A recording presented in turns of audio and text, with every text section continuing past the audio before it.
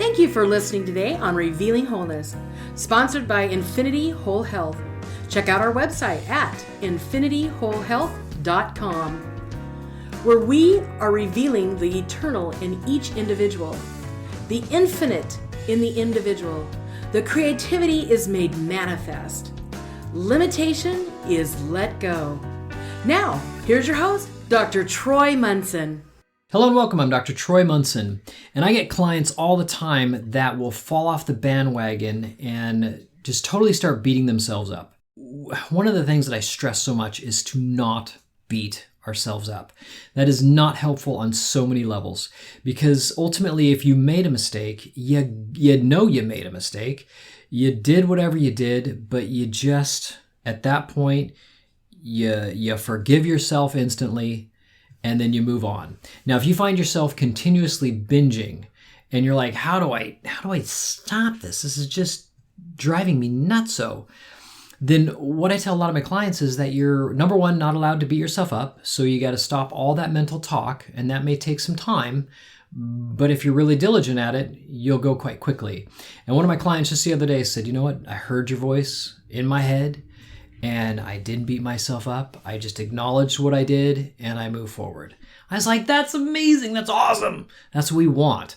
And so what we're going to do is we're going to say, okay, instead of getting to the point where you feel like you have to binge, I really coach my clients on trying to do something every day or even every meal that is something that they enjoy. So let's say your vice is walnuts and dates. I have a lot of people that eat walnuts with dates. I'm like, how interesting. I just don't do it, but hey, if it's your deal, you go for it. Other people are like, hey, I just want bread. Great. And I'll ask them, how do you like your bread? Do you like it sourdough? Do you like it pumpernickel? Do you like it white off-the-shelf Wonder? I mean, what do you like?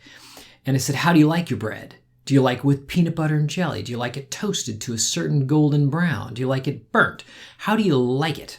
I want you to be the connoisseur of the things that you know are not so good for you.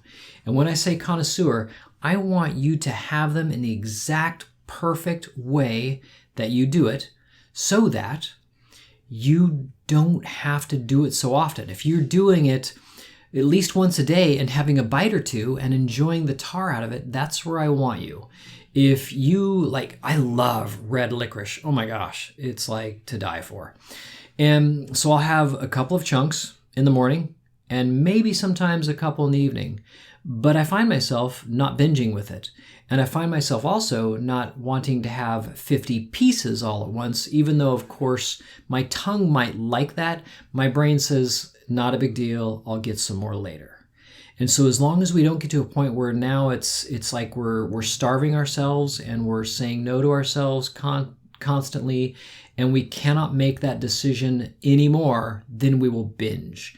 And that is not helpful. And I got some clients that will do it to the point where they actually kind of wreck their health a bit.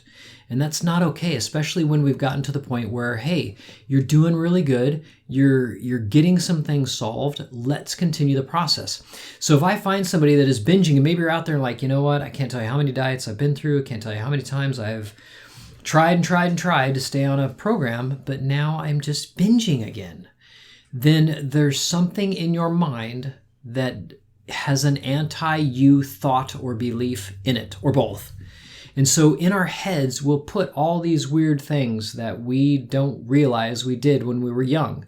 And if you've been around, you've heard me talk about having a very good doorman or doorwoman in your head so that you let only good things in. Now, that becomes more and more important as we go through redefining ourselves, but also improving a health challenge in our life. Because a health challenge got there because of the beliefs that are established in our own head. They're going to produce things that are not very good eventually in us.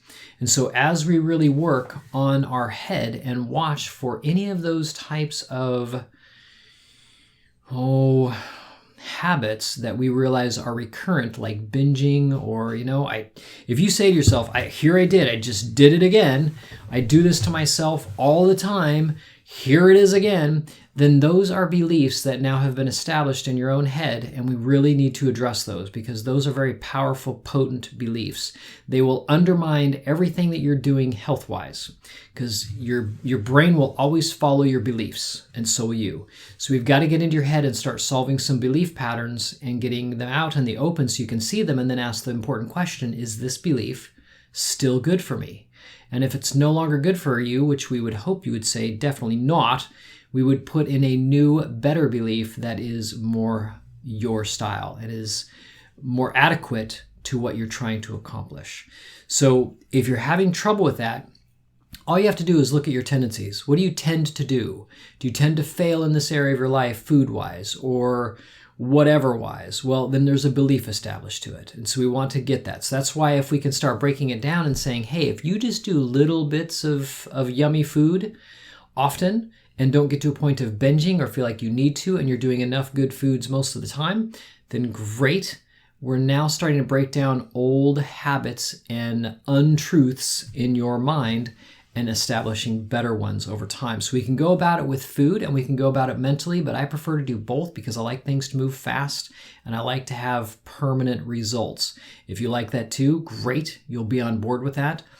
Hope this helps because right now this is kind of our month of April in 2022 and we are exploring that aspect of, we've made it this far in the year and we've started to change things. Maybe you started to do some cleansing. Maybe you started to upgrade your diet in areas. Maybe you started to upgrade your mind. Maybe you're going to acupuncture, chiropractic, or massage and now you've kind of got to this point and maybe your steam is running a little bit low and you find yourself failing a little bit more frequently and binging a little bit more often. Now we need to re-up the ante. We need to reinvigorate the system and say, you know what, this is my determination. This is my decision. My decision is to get here by a certain date. Then let's now dig back in, reach down. Let's maybe not say no so much to the things we love, but let's say yes a little bit. Here and there is just fine now. Let me enjoy some things without getting to the point of binging. And then let me realize that I can still enjoy life and still pursue health and greater function than I did last year. So that's our goal for the month of April, is to double down our efforts into getting to what we want, into that lifestyle that we know is healthy for us, and a lifetime of good health and fun and joy.